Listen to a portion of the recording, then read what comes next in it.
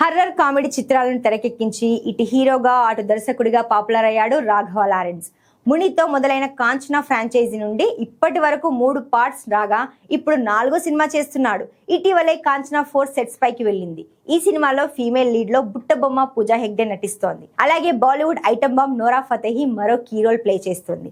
కాంచనా మునుపటి సిరీస్ల కంటే అత్యంత భారీగా దాదాపు 100 కోట్ల భారీ బడ్జెట్ తో ఈ సినిమాను తెరకెక్కిస్తున్నాడు లారెన్స్.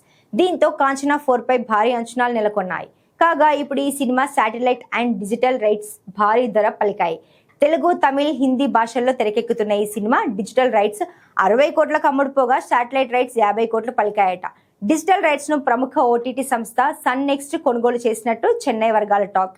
ఈ లెక్కన చూస్తే సినిమా బడ్జెట్ మొత్తం నాన్ థియేట్రికల్ రైట్స్ రూపంలో తిరిగొచ్చినట్టే.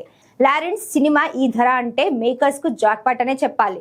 పాన్ ఇండియన్ సినిమాగా వస్తున్న కాంచనా 4 ను థియేటర్లలో విడుదలైన 8 వారాల తర్వాత ఓటీటీలో స్ట్రీమింగ్ చేసేలా డీల్ క్లోజ్ చేశారట. హిందీలో ఈ చిత్రాన్ని భారీ ఎత్తున రిలీజ్ చేయాలని ప్లాన్ చేస్తున్నారు. మరి సక్సెస్ఫుల్ సిరీస్ లో భాగంగా వస్తున్న కాంచనా 4 ఏ రేంజ్ లో భయపడుతుందో చూడాలి.